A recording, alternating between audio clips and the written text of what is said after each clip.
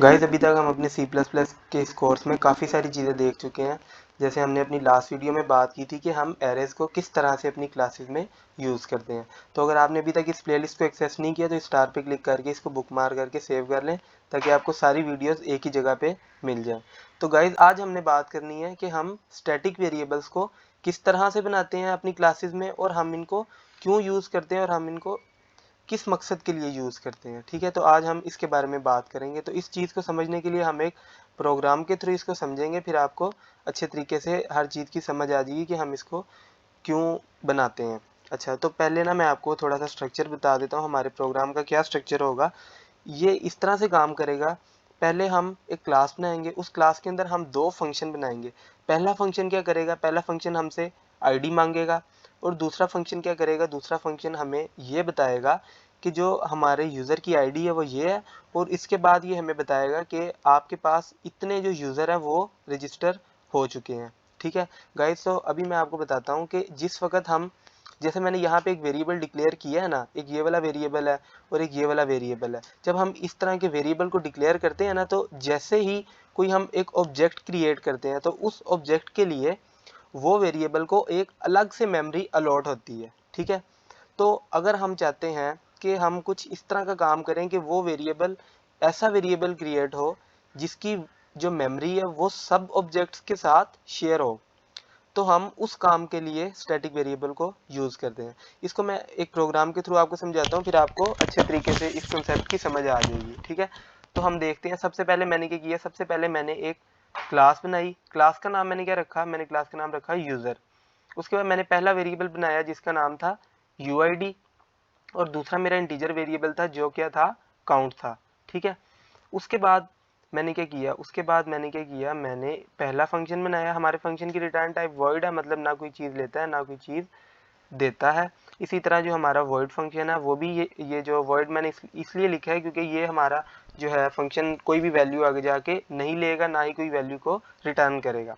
अब मैंने क्या लिखा, सबसे पहले मैंने लिखा कि enter the ID of the user, हमें सबसे पहले ये शो होगा। उसके बाद मैं क्या करूँगा, मैं आईडी को एंटर कर दूंगा। ठीक है, चले मैं ऐसा करता हूँ कि मैं ना इसकी जो इनिशियल वैल्यू है वो 0 कर देता हूँ। ठीक है, 0 से मैंने काउंट को इनिशियलाइज कर दिया, और मैंने क्या किया, काउंट के अंदर एक इंक्रीमेंट कर दिया। अब मेरा दूसरा फंक्शन क्या है, मेरा दूसरा फंक्शन की भी सेम रिटर्न टाइप है, ना कोई वैल्यू लेता है ना ही कोई वैल्यू को रिटर्न करता है। उसके बाद वो क्या हमें शो करता है, वो शो करता है कि जो आईडी है वो यूज़र की, वो आईडी बताता है। उसके बाद वो हमें बताता है कि हमारे पास इतने एम्प्लॉयज़ रजिस्टर हो चुके हैं। ठीक है, उसके बाद मैं गया हमारी मेन के अंदर, और मेन के अंदर जाके मैंने क्या किया, मैंने हमारी क्लास के लिए ऑब्जेक्ट क्रिएट किए। पहले ऑब्जेक्ट का नाम शहमीर था, दूसरे का नाम मुनीर था, तीसरा असद और चौथा हुसैन। अब मैंने इन ऑब्जेक्ट्स के थ्रू हमारे जो फंक्शन हमने बनाए थे उनको कॉल किया। अब मैं इसको रन करके दिखाता हूँ, उसके बाद मैं आपको समझाऊंगा कि हमें स्टैटिक वेरिएबल को बनाने की ज़रूरत क्यों पड़ती है। अच्छा, आप देखें, अब ना ये रन हुआ। मैंने क्या किया, मैंने उसको आईडी बताई 1। इसने क्या शो किया, इसने शो किया कि जो आईडी है यूज़र की वो 1 है, और जो नंबर ऑफ एम्प्लॉय रजिस्टर्ड है वो कितने हैं, 1। ठीक है, एक तो रजिस्टर हो गया। ठीक है, अभी अगर मैं दूसरा यूज़र रजिस्टर करता हूँ तो इसको तो हमें यहाँ पे 2 शो करना चाहिए था, क्योंकि हमने 2 कर लिए हैं, तो इसको हमें 2 शो करना चाहिए था। अगर मैं यहाँ पे 3 करूँगा, ये भी हमें 1 ही दिखा रहा है। अगर अब मैं 4 करूँगा तो ये फिर भी हमें 1 ही दिखा रहा है। तो ये इस तरह से क्यों हो रहा है, ये इस तरह से इस वजह से हो रहा है क्योंकि जब एक ऑब्जेक्ट क्रिएट होता है ना, तो जो वेरिएबल ये यूज़ करता है, आगे देखें यहाँ पे जो ये वेरिएबल यूज़ कर रहा है, ये वाला एक वेरिएबल है, एक ये वाला वेरिएबल है, एक ये वेरिएबल है और एक ये वेरिएबल है। तो जैसे ही कोई ऑब्जेक्ट क्रिएट होता है ना, वो जब इनको यूज़ करता है तो इसको अलग अलग से मेमोरी असाइन की जाती है। ठीक है, तो अगर हम चाहते हैं कि ऐसा वेरिएबल हम बनाएं कि जैसे ही कोई नई ऑब्जेक्ट भी क्रिएट हो ना, तो उसके साथ भी मेमोरी शेयर हो जाए। ठीक है, मतलब मैं करना ये चाहता हूँ, देखें जैसे मैंने यहाँ पे एक ऑब्जेक्ट बनाया।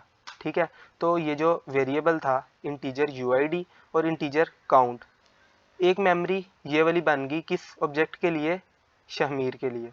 ठीक है, उसके बाद जब मैंने दूसरा ऑब्जेक्ट बनाया मुनीब, तो एक वेरिएबल यूआईडी और एक काउंट, ये दोनों वेरिएबल के लिए नई मेमोरी बनी, किसके लिए, इस वाली ऑब्जेक्ट मुनीब के लिए। इसी तरह जब मैंने असद बनाया तो इसी तरह जो यूआईडी और काउंट नई मेमोरी बनी इस वाले ऑब्जेक्ट के लिए, लेकिन मैं चाहता हूँ कि ऐसा वेरिएबल बने जो इस ऑब्जेक्ट के साथ मेमोरी को शेयर करे, मतलब जितनी भी हमारी ऑब्जेक्ट्स हैं उनके साथ वो मेमोरी को शेयर करे।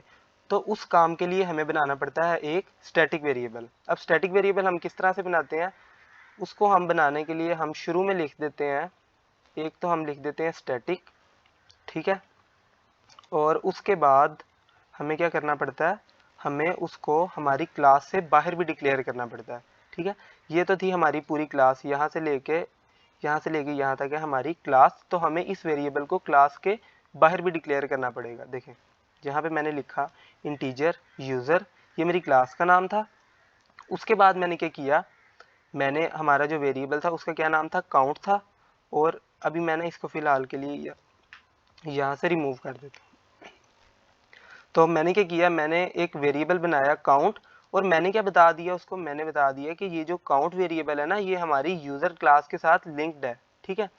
तो अच्छा यहाँ पे देखें, मैंने पहले आपको इसकी वैल्यू को यहाँ पे इनिशियलाइज़ करके दिखाया था। अगर मैं अब इसकी वैल्यू को यहाँ पे इनिशियलाइज़ करने की कोशिश करूँगा ना, तो ये हमें एक एरर थ्रो करेगा। देखें ये एक एरर थ्रो कर रहा है, ये कह रहा है कि आप तो इसको यहाँ पे इनिशियलाइज़ कर ही नहीं सकते हो।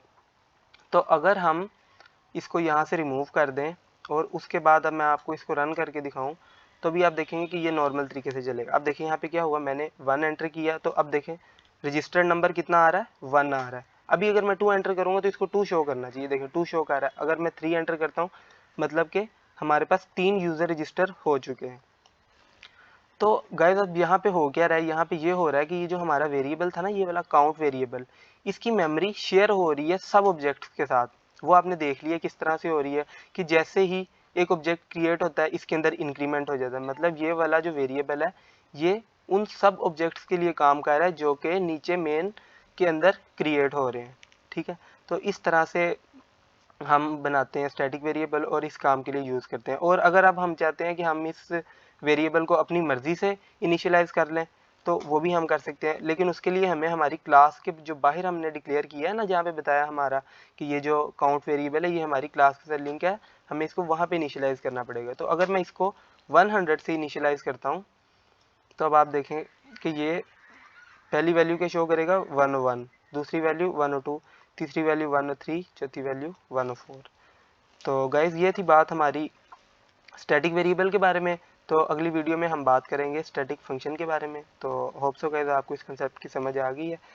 तो थैंक यू। अगर वीडियो अच्छी लगी है तो चैनल को सब्सक्राइब करें और वीडियो को लाइक करें। ओके, अल्लाह हाफिज़।